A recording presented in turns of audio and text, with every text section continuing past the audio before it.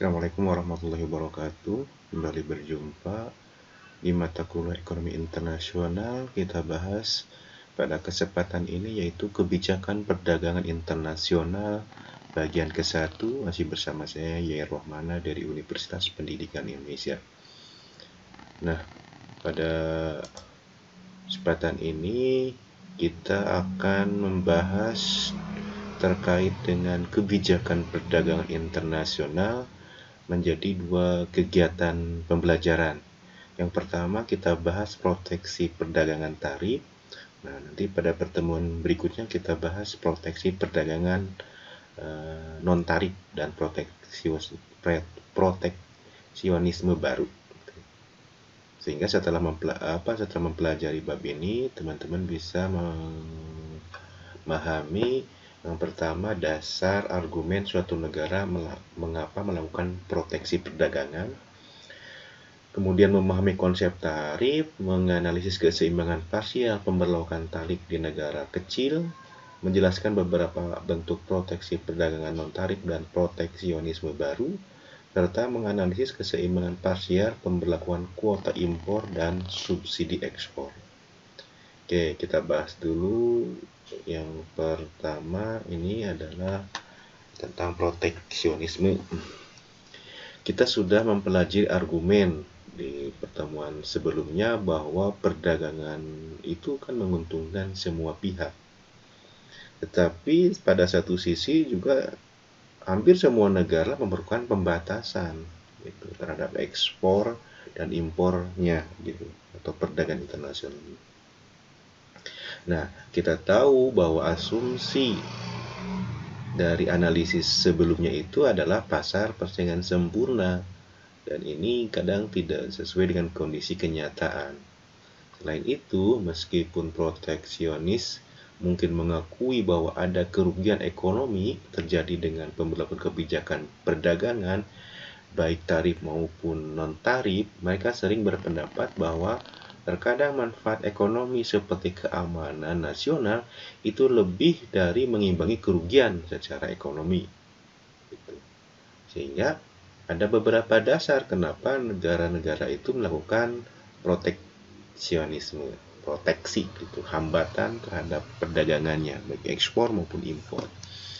Alasan beberapa negara melakukan proteksi yang pertama adalah perlindungan pekerjaan. Maksudnya, kadang kan produk asing yang murah melemahkan produksi dalam negeri.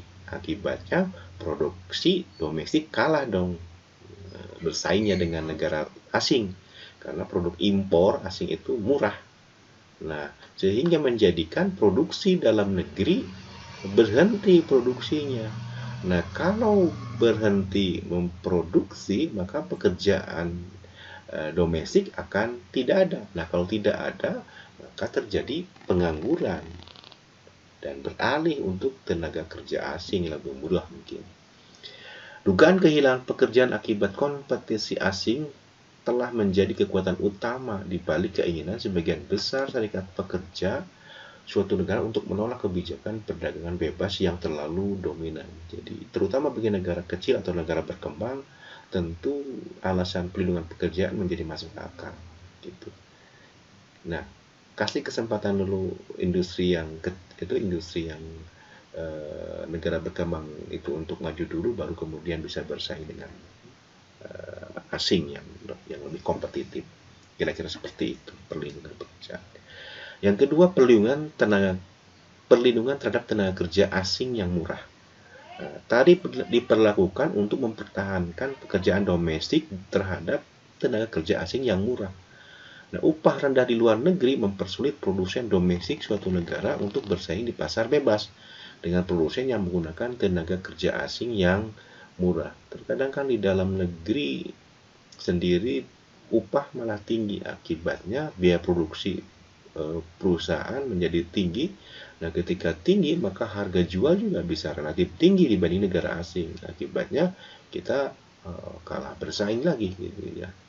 Nah, oleh karena itu perlu perlindungan gitu, karena di negara lain upahnya murah gitu. Kemudian produknya murah dan kita menjadi pengimpor. Itu kira-kira. Berikutnya, adalah alasan perlindungan standar hidup domestik. Bahwa dengan mengurangi tingkat impor, tarif mendorong belanja rumah tangga yang kemudian merangsang kegiatan ekonomi domestik. Akibatnya, tingkat pekerjaan dan pendapatan negara asal akan meningkat, gitu ya. Jadi melindungi. Oke. Yang berikutnya ini yang cukup banyak menjadi dasar adalah argumen industri buy-in fund, industri argumen.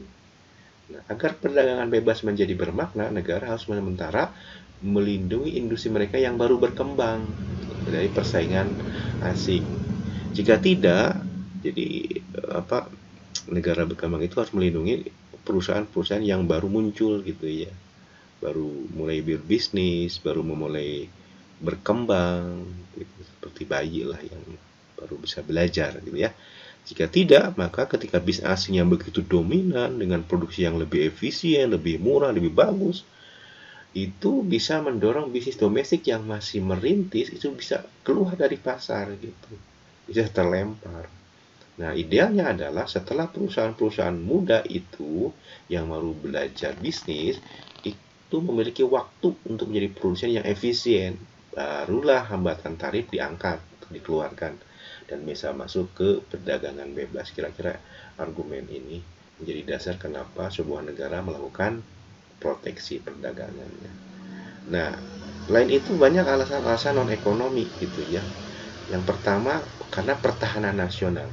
Argumen ini berpendapat bahwa suatu negara akan pada posisi berbahaya ketika terjadi krisis atau perang internasional jika sangat tergantung pada pemasok asing.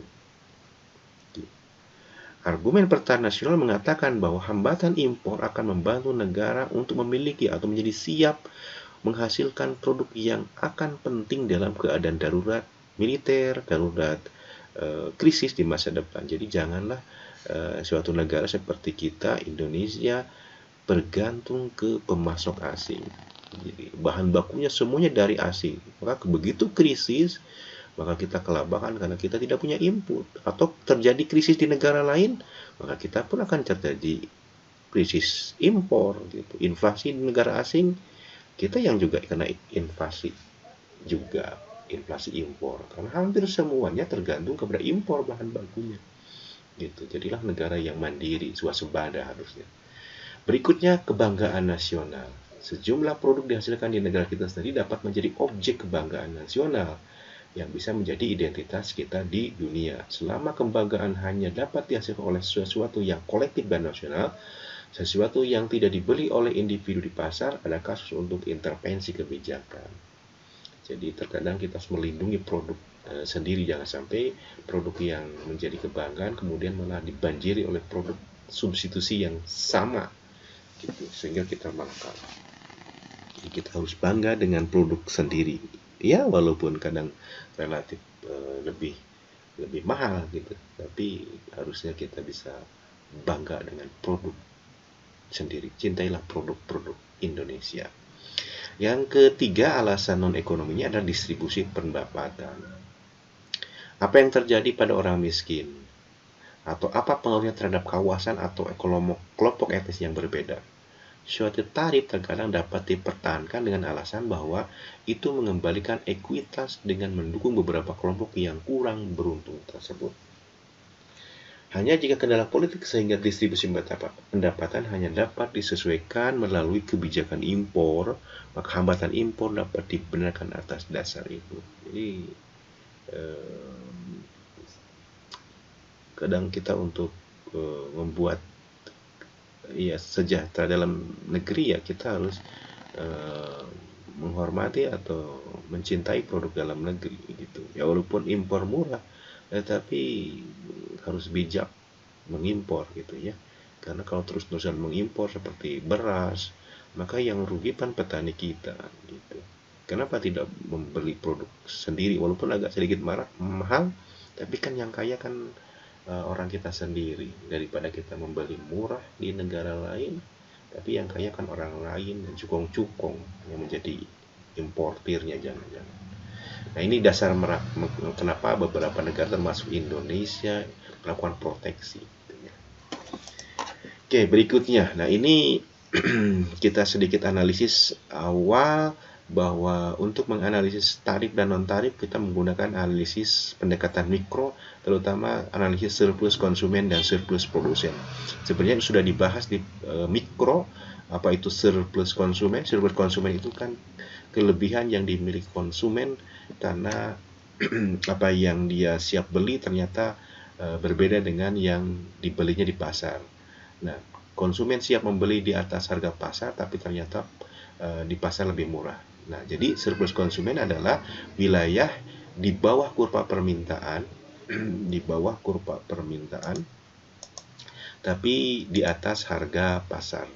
Kalau bisa lihat seperti ini. Jadi surplus konsumen itu di bawah kurva permintaan ini, jadi di bawah ini, tapi di atas harga pasar. Maka wilayah inilah yang disebut dengan surplus konsumen. Sebaliknya, yang disebut dengan surplus produsen adalah wilayah atau area di bawah harga pasar ini kan harga pasar keseimbangan ini, dan di atas kurva penawaran. Di atas kurva penawaran. Maka wilayah ini disebut dengan wilayah atau area surplus produsen. Untuk menghitungnya, silakan teman-teman dibuka lagi buku mikronya atau buku matematika ekonominya, mikro terutama ya, bagaimana menghitung area surplus konsumen dan surplus produsen. Kalau dianya persamaannya linear sih mudah gitu, hanya tinggal setengah alas kali tinggi gitu ya. Tapi kalau sudah menggunakan persamaannya non-linear, kita harus menggunakan pendekatan integral biasanya ya. Silakan teman-teman dibuka lagi. Oke, kita lanjutkan. Jadi ini dibuka lagi pendekatan surplus konsumen, surplus produsennya, teman-teman. Oke.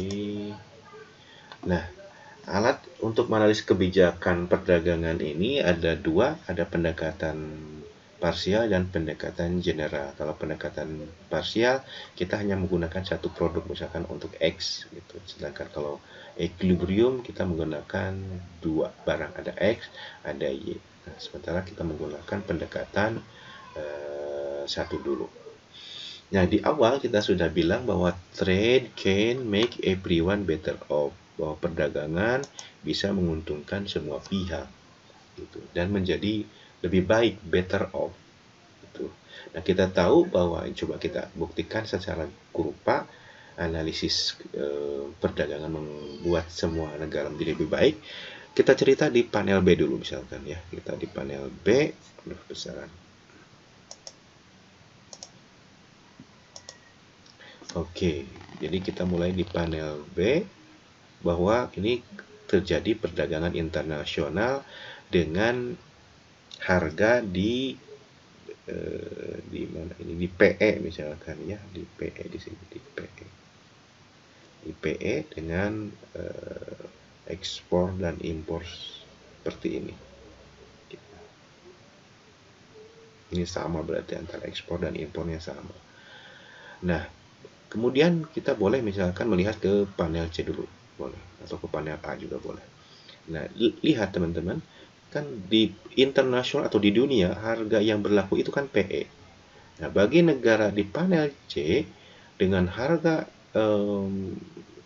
di domestik yang mahal, ini kan keseimbangan di negara C itu misalkan titik potong antara S X atau penawaran S dengan permintaan X, itu kan di sini keseimbangannya kan, dengan harganya itu P3.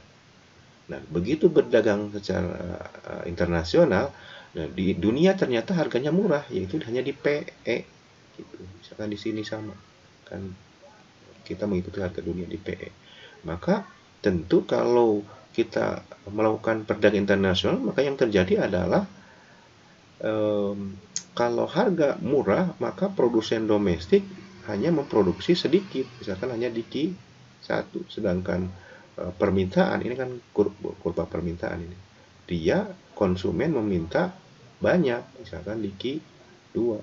Akibatnya ini kan terjadi kekosongan, yang minta banyak, yang menawarkan sedikit, menawarkan hanya segini, yang minta banyak, maka ini dilakukanlah oleh impor.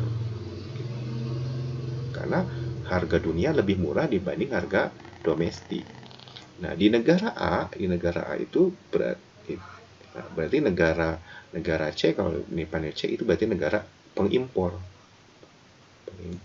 Nah, kalau ini negara pengekspor, teman-teman. Negara pengekspor. Nah, kembali ke sini dulu. Nah, awalnya kan surplus konsumen itu kan di sini, misalkan di wilayah ini, ya. Ini kan surplus konsumen kan ini di negara pengimpor. Nah, begitu mengekspor, maka ini menjadi wilayah surplus konsumen yang tadinya awalnya surplus produsen. Surplus produsen yang mana? Sisanya yang ini surplus sedikit. Nah, yang inilah yang menjadi bonusnya. Bonus better off dari perdagangan yang menjadi lebih baik, kayak seperti itu. Itu kalau negara mengimpor. Jadi kalau kita mengimpor, yang banyak diuntungkan adalah konsumen karena surplusnya bertambah menjadi sebesar ini. Belum ditambah ini juga kan bonusnya. Gitu. Tapi kalau menjadi pengimpor juga kan yang rugi kan produsen. Jadi tetap rugi. Jadi yang bijak memang kapan impor, kapan ekspor. Nah, coba lihat kalau negara sebagai pengekspor. Kalau negara pengekspor biasanya adalah harga domestik itu lebih murah, misalkan di P1, di mana keseimbangan terjadi ketika titik potong DX dengan SX di sini kan.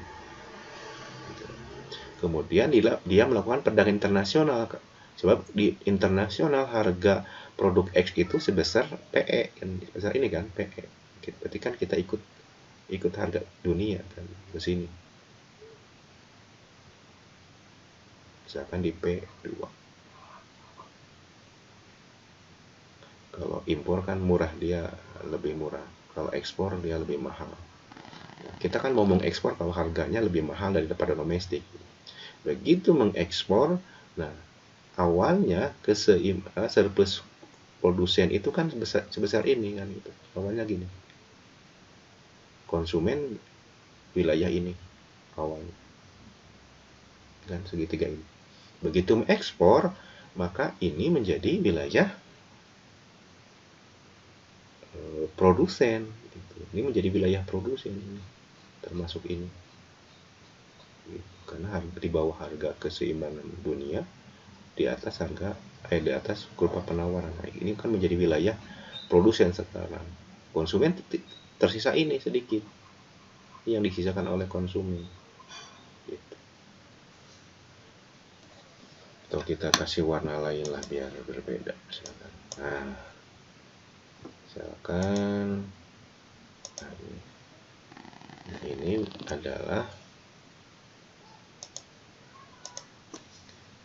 ini adalah sisa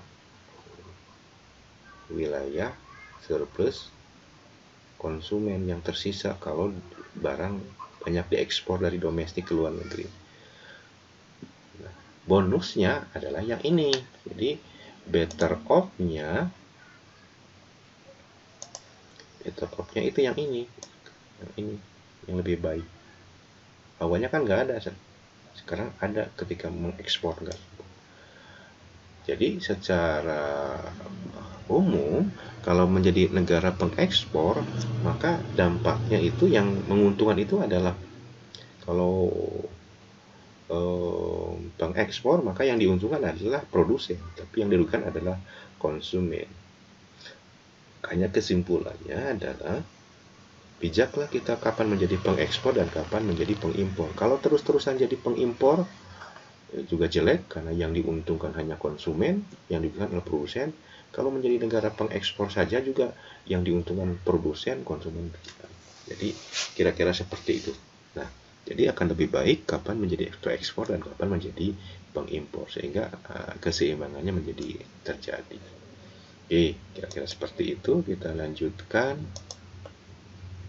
Nah, sekarang kita khusus bahas tentang tarif. Apa sih tarif gitu kan?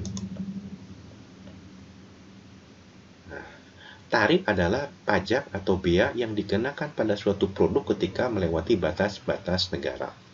Tarif yang paling umum adalah tarif impor, yang merupakan pajak yang dikenakan pada produk impor. Jadi kalau ada kita mengimpor sebuah produk, itu maka kita kasih tarif atau bea supaya harganya lebih mahal. Nah, kalau lebih mahal kan mudah-mudahan katanya konsumen dalam negeri tidak banyak membeli sehingga lebih mencintai produk domestiknya. Mudah-mudahan seperti itu. Dan negara punya pendapatan gitu. Makanya tarif mempunyai dua tujuan. Yang pertama perlindungan atau proteksi. Yang kedua adalah pendapatan. Apa itu perlindungan? Tarif proteksi dirancang untuk melindungi produsen yang bersaing produk impor dari pesaing asing. Meskipun tarif proteksi pada umumnya tidak dimaksudkan untuk benar-benar melarang impor masuk ke negara itu, hal itu menempatkan produk asing pada kerugian kompetitif ketika menjual di pasar domestik. Iya, karena kan begitu diimpor, produk asing rugi karena harganya dihargai lebih mahal ketika masuk ke wilayah suatu negara. Nah, itu maksud dari perlindungan. Nah, yang kedua adalah pendapatan. Kita tahu bahwa tarif pendapatan dikenakan untuk tujuan menghasilkan pendapatan pajak dan dapat ditempatkan pada ekspor atau impor. Negara yang berkembang sangat bergantung pada tarif ekspor untuk meningkatkan pendapatan karena kemudahan pengumpulannya, gitu ya. Oke, walaupun di samping itu tarif yang kurang umum ada tarif ekspor, merupakan pajak yang dikenakan pada produk yang ekspor yang tadi. Nah, kalau secara pendapatan tarif ekspor lebih mudah ngitungnya karena dalam negeri kan. Kalau di luar negeri relatif lebih sulit dibanding yang ekspor kasih pajaknya. Oke, berikutnya jenis-jenis tarif ada 3. Oke, berdasarkan mekanisme perhitungannya ada yang disebut tarif ad valorem. Ini dijelaskan dengan persentase tetap dari nilai komoditas yang diperdagangkan atau pajak yang dikenakan berdasarkan angka persentase tertentu dari nilai produk yang diimpor. Misalnya, suatu negara memungut tarif 27% dari nilai atau harga setiap mobil yang diimpor. Nah, misalkan kita ngimpor mobil dari Eropa, misalkan. Maka kita misalkan kasih tarif 27%, maka berarti itu termasuk jenis pajaknya ad valorem, persentase bentuknya. Yang kedua, pajak spesifik. Kalau pajak spesifik adalah jumlah tetap per unit fisik komoditas yang diperdagangkan atau beban tetap unit barang yang diimpor. Misalnya, pajak 50.000 untuk setiap barel minyak yang diimpor. Gitu. Atau mobil yang diimpor dipajak misalkan berapa 20 juta misalkan atau 200 juta per unitnya, tergantung dari karakteristik barang yang diimpor. Tapi bentuknya rupiah, satuan uang. Kalau ini bentuknya ad valorem persen. Yang ketiga gabungan, gitu, campuran kombinasi antara ad valorem dan tarif spesifik. Nah, berikutnya kita coba analisis keseimbangan parsial terhadap tarif kasus negara kecil. Nah, analisis equilibrium parsial atas tarif paling sesuai ketika kita mempelajari kasus pemberlakuan tarif oleh negara kecil. Apa itu negara kecil? Negara kecil itu bukan wilayah yang kecil, tapi negara yang punya keterbatasan kemampuan yang bersangkutan sehingga ia tidak mampu mempengaruhi harga dunia dan harus menerima harga yang berlaku di pasar internasional atau price taker, menerima harga, serta berkaitannya dengan output industri domestik yang relatif kecil gitu. Jadi negara Indonesia kan negara yang besar, penduduknya banyak, wilayah luas, tapi tetap bisa saja disebut negara kecil karena dia tidak mampu mempengaruhi keadaan harga di dunia gitu ya. Dia bahkan menjadi penerima saja. Berarti negara Indonesia masuk ke negara kecil kalau begitu. Nah, beda dengan Amerika gitu yang bisa mempengaruhi harga dunia, maka dia barulah dikatakan negara besar. Maka tarif tidak akan mempengaruhi harga dunia karena negara itu kecil, maupun secara keseluruhan karena industrinya kecil. Jadi hanya ke domestik saja. Dampak ekonomi domestik dan adanya penolakan tarif disajikan dalam gambar berikut. yang menggambarkan kurva penawaran dan permintaan untuk konsumen dalam negeri dan produsen untuk suatu produk. Nah, ini diperlihatkan dampak ekonomi dari pemblokiran tarif di negara kecil. Tadi apa? Negara kecil ya, negara yang tidak bisa mempengaruhi harga dunia. Dia hanya memilih. Oke, kita lihat ada 3 panel teman-teman, ada 3 gambar. Ini adalah pasar dunia, ini pasar domestik, dan ini adalah pasar impor domestik. Nah, kita mulai dari ini dulu ya, pasar dunia dulu. Nah, harga dunia adalah sebesar PW. Makanya P-nya adalah price, W-nya adalah world misalkan. Jadi harga dunia terbentuk ketika penawaran dunia berpotongan dengan permintaan dunia. Maka terjadilah seperti ini. Oke. Berarti kalau negara domestik, misalkan Indonesia, maka dia price taker, dia menerima harga yang terjadi di dunia. Gitu. Maka di domestik pun harga barang tertentu, misalkan barang X, itu sama mengikutinya harga dunia, itu di PW. Gitu. Karena dia price taker. Maka yang terjadi adalah, Anda lihat ini adalah kurva penawaran domestik, SD, dan yang ini adalah permintaan domestik. Nah, ketika harga di domestik juga PW, maka yang terjadi adalah produsen hanya mampu memproduksi di sini, di QS. Sedangkan permintaan itu sebanyak QD di sini. Karena kan menyentuh permintaan di kurva D, ditarik dari sini kan, lurus. Lurus. Nah, di sini ketemu. Maka berarti inilah impor. Ini impor, teman-teman. Ini impor. Ini impor. Karena permintaannya QD, tapi produsen domestik hanya mampu menyediakan QS. Gitu. Berarti sisanya harus diimpor. Nah, negara tersebut tidak mau banyak ngimpor. Dia pengen melindungi produsen domestik. Gitu. Kan tadi alasannya kan banyak, ada alasan ekonomi maupun alasan non ekonomi. Tadi di awal sudah dijelaskan. Oleh karena itu negara tersebut, misalkan Indonesia, memberlakukan tarif gitu. Jadi tarif diberlakukan. Akibatnya harga naik dong kalau tarif kan. Harga naik ke sini nih. Ke sini. Ke PW plus T. Jadi harganya akan mahal karena ada tarif. Gitu. Kalau harganya mahal, tentu produsen akan menaikkan produksinya. Makanya terlihat di sini nih, titik potong di sini teman-teman, di sini. Maka produsen mampu menawarkan QS aksen sekarang ke sini nih. Gitu. Karena dengan harga yang relatif mahal, dia bergairah untuk memproduksi lebih banyak. Sehingga keuntungan dia lebih banyak. Nah, ketika sebaliknya dari sisi konsumen, permintaan dari kurva DD gitu, dengan harga yang lebih tinggi yaitu PWT, maka si konsumen mengurangi permintaannya, mengurangi ke sini kan. Maka dia hanya membeli sekarang atau meminta QD aksen ke sini. Nah, ini kan tetap masih diimpor. Impornya seperti itu. Nah, di panel C dijelaskan impornya. Teman-teman lihat yang kurva ini tarik yang tanpa impor, ini kan tarik ke sini terus ke bawah, maka disampailah titik ini. Jadi negara tersebut mengimpornya sebanyak M0. M0 itu adalah selisih antara QS dengan QD gitu. QS dengan QD. Nah, begitu ada tarif kan harga mahal ke atas, maka impornya kan sedikit, yaitu hanya QS aksen sampai dengan QD aksen. Maka kalau kita petakan dari sini, kita tarik garis terus ke bawah ke sini sampailah ke sini, maka di sini maka impornya pun akan turun kan sebesar M1. Dari mana M1? Selisih antara QS aksen dengan QD aksen. Nah, titik ini kalau kita tarik secara garis lurus, maka inilah kurva impor negara tersebut. Gitu. Bisa dipahami ya? Jadi terbentuklah kurva impor M negara tersebut. Hasil dari analisis di panel ini, gitu ya.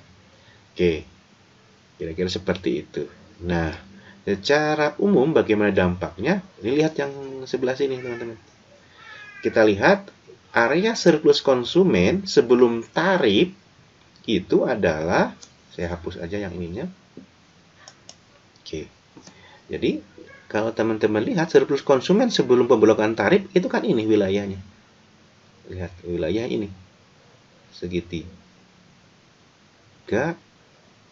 ini. Mulai dari sini sampai sini.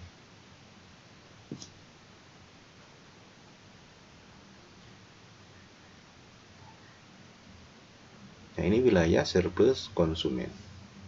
Yaitu meliputi wilayah area A, B, C, D, E, F yang ini. Nggak kelihatan, ini F. Jadi wilayah segitiga ini. Awalnya. Begitu ada tarif, yang tersisa sekarang hanya A, B saja sekarang. Hanya A, B. Jadi begitu ada tarif tinggal segini. Hanya A dan B. Karena wilayah ini yang C, D, E, F-nya itu terdampak dengan ada tarif. Makanya perubahannya ini, yang ini, perubahannya hilang. Makanya min C, min D, min E, min F itu hilang karena ada tarif. Gitu ya. Nah, bagaimana dengan produsen? Nah, produsen awalnya hanya G. Hanya ini teman-teman awalnya. Sebelum ada tarif. Begitu ada tarif diberlakukan, maka ditambahlah menjadi G tambah C. C dan G tambah ini. Nah, ini lumayan naik kan, begitu ada tarif produsen. Jadi ada CG. Makanya perubahannya adalah dia dapat positif atau plus C. Jadi plus C adalah wilayah yang menjadi milik produsen karena ada pemblokan tarif. Kemudian bagaimana dengan pemerintah? Pemerintah sebelum ada perdagangan, sebelum ada tarif itu tidak ada. Begitu ada tarif maka menjadi pendapatan negara. Kan tadi selain proteksi ada analisis pendapatan gitu ya. Nah, ini wilayah wilayah pendapatan pemerintah dari adanya tarif, wilayah E gitu. Nah, bagaimana secara keseluruhan? Nah, kalau secara keseluruhan teman-teman lihat sebelum pemblokan tarif, maka total kesejahteraan itu adalah meliputi wilayah A, B, C, D, E, F, dan G. Jadi wilayahnya, ya ini nih, wilayah sebelum ada pemberlakuan tarif, wilayahnya adalah ini. Ya, kalau digambar ya wilayah mulai dari sini ke sini, ke sini, ini, itu kan wilayahnya gitu luas. Nah, begitu ada tarif, yang tersisa hanya A, B, C, E, dan G. Berarti kan ada yang hilang. Yang hilang itu adalah D dan F. Nih, D dan F hilang loh. Hilang. D ini dan F. Hilang kemana? Ya menjadi menguap sebagai deadweight loss, bobot mati. Kerugian yang harus dibayar sebagai konsekuensi karena Anda mengintervensi sistem pasar. Jadi justru dengan ada pemberlakuan tarif terlihat bahwa memang produsen di satu sisi ada keuntungan, tetapi hilangnya pendapatan produsen yang hilang, yang dapat itu ternyata tidak juga sebanding dengan yang hilang dari perekonomian negara tersebut, yaitu sebesar D dan F. Ini negatif, ini deadweight loss, kerugian karena tidak bekerjanya sistem pasar yang harus diterima sebagai konsekuensi gitu. Kira-kira seperti itu. Nah, ini baca nanti penjelasannya atau buku silakan dibaca bukunya ya teman-teman. Oke, kira-kira seperti itu. Mudah-mudahan bisa dipahami. Kita lanjut sekarang analisis dampak tarif. Jadi secara keseluruhan tarif menyebabkan satu, jumlah total penjualan yang lebih kecil, gitu. Kedua, harga produk yang lebih tinggi untuk konsumen dalam negeri, ya kan, jadi mahal kan tadi. Yang ketiga, penjualan produk yang lebih besar dengan harga yang lebih tinggi untuk produsen dalam negeri. Jadi kan ada surplus produsen yang meningkat, penjualan impor yang lebih rendah terkait produk tersebut karena ada pajak. Gitu. Tapi secara total justru kecil karena tadi ada dead weight loss. Nah, bagaimana dengan tingkat proteksi efektifnya? Kita coba jelaskan. Kita tahu bahwa tujuan utama dari tarif impor adalah melindungi produsen dalam negeri dari persaingan asing yang begitu kuat. Tarif menjadikan harga produk impor dalam negeri menjadi meningkat atau lebih mahal. Dan tarif berfungsi untuk membuat barang-barang yang diproduksi domestik menjadi lebih menarik bagi konsumen yang tinggal di sana karena produk impornya mahal. Jadi mudah-mudahan aja katanya produk domestik menjadi lebih menarik.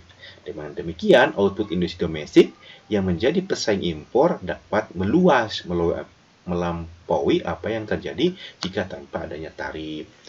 Nah, tingkat proteksi atau perlindungan yang diberikan oleh suatu tarif itu mencerminkan sejauh mana harga domestik dapat naik di atas harga asing sebelum produsen domestik diberi harga di luar pasar. Nah, ada tarif nominal. Nah, berarti ada tingkat tarif nominal. Tingkat tarif nominal tarif yang diterbitkan pada skedul tarif suatu negara memberi kita gambar umum tentang tingkat perlindungan yang diberikan pada industri domestik.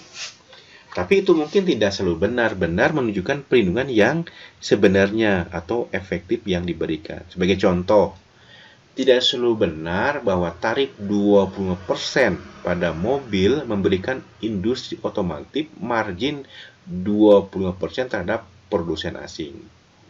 Gitu. Jadi belum tentu tarif 25% pada mobil asing menjadikan margin industri otomotif dapat 2% juga, belum tentu. Gitu. Ini karena tingkat tarif nominal hanya berlaku untuk nilai total produk akhir impor. Tetapi dalam proses produksi, kan industri pesaing impor itu dapat menggunakan input bahan atau produk setengah jadi impor yang dikenakan tarif berbeda dari produk akhir. Dalam hal ini tingkat tarif efektif akan berbeda dengan tarif nominal gitu. Jadi belum tentu ya kita narik 25% kemudian dapat 25%, belum tentu karena jangan-jangan inputnya input dari impor gitu. Sehingga kan keefektifnya berbeda. Coba kita lihat. Nah, tingkat tarif efektif adalah indikator tingkat perlindungan aktual yang diberikan oleh tarif nominal yang 20% tadi misalkan pada perusahaan domestik yang bersaing dengan impor. Ini apa? Ini menandakan bahwa peningkatan total dalam aktivitas produksi domestik nilai tambah yang dimungkinkan oleh struktur tarif yang ada dibandingkan dengan apa yang terjadi dalam kondisi pasar perdagangan bebas. Nah, tingkat efektif memberitahu kita seberapa jauh lebih mahal produksi dalam negeri relatif terhadap produk asing dan masih dapat bersaing di pasar.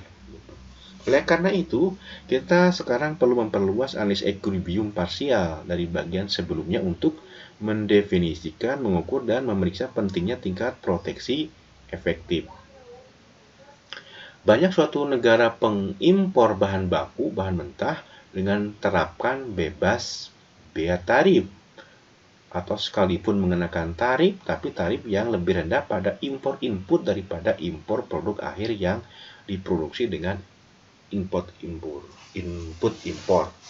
Jadi untuk impor input atau faktor-faktor produksi atau bahan baku, negara biasanya membebaskan tarif gitu. Berbeda dengan impor produk akhir atau final gitu. Itu biasanya bisa lebih besar gitu. Nah, negara biasa melakukan ini untuk mendorong pemrosesan dan pekerjaan domestik. Misalnya, Indonesia dapat mengimpor bebas bea tarif kain, tetapi mengenakan tarif pada impor pakaian jadinya. Nah, ini untuk merangsang produksi pakaian jadi dan pekerjaan rumah tangga di dalam negeri tetap berkembang. Jadi kalau untuk kain bisa saja tarifnya atau pajaknya nggak ada, kalaupun ada sedikit, tapi kalau untuk pakaian jadinya kita tarif impor yang besar, biar domestik bisa berkembang gitu. Jadi kalau dari Cina boleh kita impor kain, tapi kalau pakaian Cinanya nggak boleh. Kayak seperti itu. Nah, karena hal itu terjadi, maka tingkat proteksi efektif dihitung berdasarkan nilai tambah domestik akan melebihi tingkat tarif nominal yang dihitung berdasarkan nilai komoditas akhir atau sesudah kena pajak. Nah, apa itu nilai tambah domestik? Sama dengan harga komoditas akhir dikurangi biaya input impor yang masuk ke produksi komoditas tersebut. Itu nilai tambah domestik. Sementara itu, tingkat tarif nominal penting bagi konsumen karena ini menunjukkan seberapa banyak harga komoditas akhir meningkat sebagai akibat dari tarif. Itu kalau nominal. Tapi proteksi efektif yang berlaku itu lebih penting bagi produsen, gitu. Karena ini menunjukkan seberapa banyak perlindungan sebenarnya yang diberikan pemerintah bagi proses manufaktur domestik dalam menghadapi tekanan persaingan produk impor sejenis. Nah, tingkat proteksi efektif biasanya dihitung dengan rumus sebagai berikut. Anda bisa baca Dominic Salvator atau Carbaugh. G sama dengan hasil bagi dari T min AI dikali TI per 1 min AI, di mana G adalah tingkat proteksi efektif. Ingat, tingkat proteksi efektif berlaku bagi produsen pentingnya gitu ya. Kalau konsumen nominal. Jadi G adalah tingkat proteksi efektif untuk produsen komoditas akhir, sedangkan T adalah tingkat tarif nominal. Kemudian AI adalah rasio biaya input yang diimpor terhadap harga komoditas akhir tanpa adanya tarif. Sedangkan TI adalah tingkat tarif nominal terhadap input yang diimpor. Oke, beda ya. Ada T, ada TI. T, tingkat tarif nominal pada konsumen komoditas akhir. Sedangkan kalau TI adalah tingkat tarif nominal terhadap input yang diimpor. Oke, contoh ilustrasi dari Dominic Salvator. Kita tahu bahwa kain adalah bahan atau input untuk membuat pakaian jadi. Nah, misalkan produsen domestik, contohnya di Indonesia, memerlukan kain impor senilai $80 untuk membuat satu pakaian jadi. Oke, jadi perlu kain impor sebesar $80. Nah, andaikan juga bahwa di pasar internasional harga perdagangan bebas dari setelan pakaian jadi adalah $100. Harga ini berlaku juga untuk konsumen di domestik. Berarti di Indonesia juga sama, $100. Sedangkan kain impornya adalah $80. Tetapi suatu ketika negara memberlakukan tarif nominal sebesar 10% untuk setiap setelan pakaian jadi yang diimpor. Nah, jadi kena tarif tuh 10% setiap satu setel pakaian jadi yang diimpor. Namun tidak memungut tarif untuk kain. Jadi si inputnya tidak kena pajak, tidak kena tarif, tapi yang pakaian jadinya kena tarif 10%. Maka harga pakaian ke konsumen domestik akan naik sebesar 110.000. Dari mana 10.000-nya? Dari 10% dari 100 ini, gitu ya. Dari itu kan 10% dari 100 adalah 10, makanya ditambahkanlah 100.000 ditambah 10, maka menjadi 110 karena kena tarif 10%. 10% kebetulan itunya 10 gitu ya. 100 karena dari 100. Oke. Oke.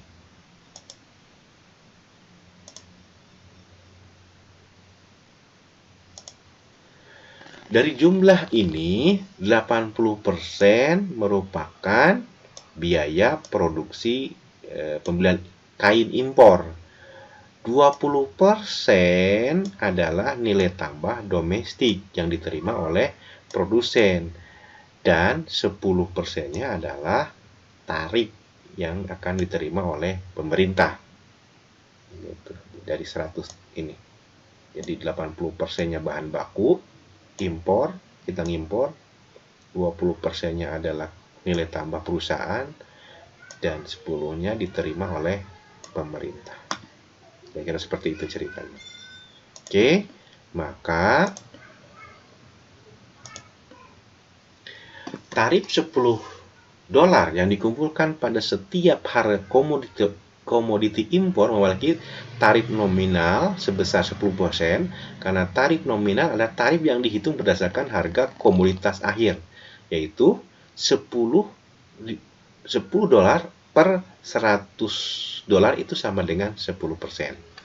Tetapi jika sesuai dengan tingkat tarif efektifnya, justru nilainya bukan 10%, tetapi menjadi 50% justru. Nanti kita jelaskan kenapa menjadi 50%. Karena tarif efektif itu adalah tarif yang dihitung atas dasar nilai tambah domestik untuk komoditi tersebut, yaitu $10 dibagi $20. Jadi $10 itu kan tarifnya, dan $20 itu kan nilai tambahnya, value added-nya. Maka hasil bagi 10 terhadap 20 adalah 50%. Jadi tingkat tarif efektifnya adalah 50% justru. Gitu. Apa makna dari perhitungan ini? Nah, ini.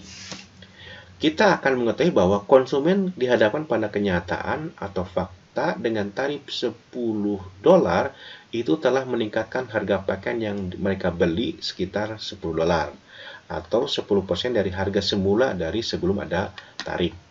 Sementara itu, bagi produsen domestik memandang tarif sebesar $10 ini adalah 50% dari nilai tambah domestik yang $20. Ya kan? Bagi mereka, tarif $10 memberikan 50% dari kadar proteksi yang sesungguhnya. Jadi, bagi produsen menghitungnya bukan dari $100-nya, tapi dari $20-nya, karena nilai tambahnya kan yang dihitung. Gitu. Nah, tarif yang $10 dibandingkan dengan $20 nilai tambah, itu kan 50%. Makanya, kadar proteksi bagi produsen domestik justru terhitungnya 50%. Gitu. Nah, ini tentu mewakili tingkat produksi yang jauh lebih besar, sebesar 5 kali lebih banyak daripada yang ditunjukkan oleh tingkat tarif nominal yang sebesar 10%. Kan secara nominal kan hanya 10% tingkat proteksinya, tapi secara efektifnya itu 50%. Nah, 50% itu berarti 5 kali lebih banyak. Jadi 5 kali lebih banyak itu karena 50% dengan 10% kan 5 kalinya. Kira-kira segitu perbandingannya. Nah, tingkat perlindungan tarif yang efektif inilah yang penting bagi produsen dalam merangsang produksi pakaian dalam negeri yang bersaing dengan pakaian impor. Nah, setiap kali input yang diimpor diakui bebas bea atau tarif yang lebih rendah dikarenakan pada input yang diimpor daripada komoditas asli yang diproduksi dengan input yang diimpor, tingkat perlindungan efektif akan lebih tinggi gitu daripada tingkat tarif nominal. Nah, untuk lebih jelas lagi, coba kita sekarang menggunakan rumus proteksi yang dari Dominic Salvatore gitu ya. Diketahui di soal itu kan tingkat tarif kan 10%. 10% itu sama dengan 0,01. Kemudian AI-nya adalah 80 per 100. 80 kali itu kan bahan baku, $100 itu kan harga final good-nya, barang akhirnya. Maka 80 per 100 adalah 0,8. Kemudian TI-nya adalah 0 atau tidak ada. Jadi kain sebagai input yang dibebaskan dari bea masuk. Jadi input kain itu kan bebas masuk, makanya 0. Maka tingkat proteksi efektifnya adalah G sama dengan T min AI. TI per 1 min AI. Jadi 0,1, T-nya kan 0,1, min A-nya adalah 0,8, yang ini gitu kan. Yang ini 0,8, 0,8. Kemudian TI-nya adalah 0. Kebetulan 0 TI-nya kan, tidak ada pajak. bahan baku. Per 1 min AI. AI kan 0,8. Jadi 1 min 0,8 adalah 0,2 dan ini adalah 0,1 min 0 sehingga hasilnya adalah 0,5. 0,5 dikalikan 100% maka menjadi 50% dan jawabannya sama seperti analisis sebelumnya. Dan itu kalau pakai ini lebih mudah, pakai rumus ini ya. Nah, sekarang dimisalkan kita ilustrasikan lebih lanjut. Jika misalkan sekarang pemerintah memberlakukan tarif 5% pada input.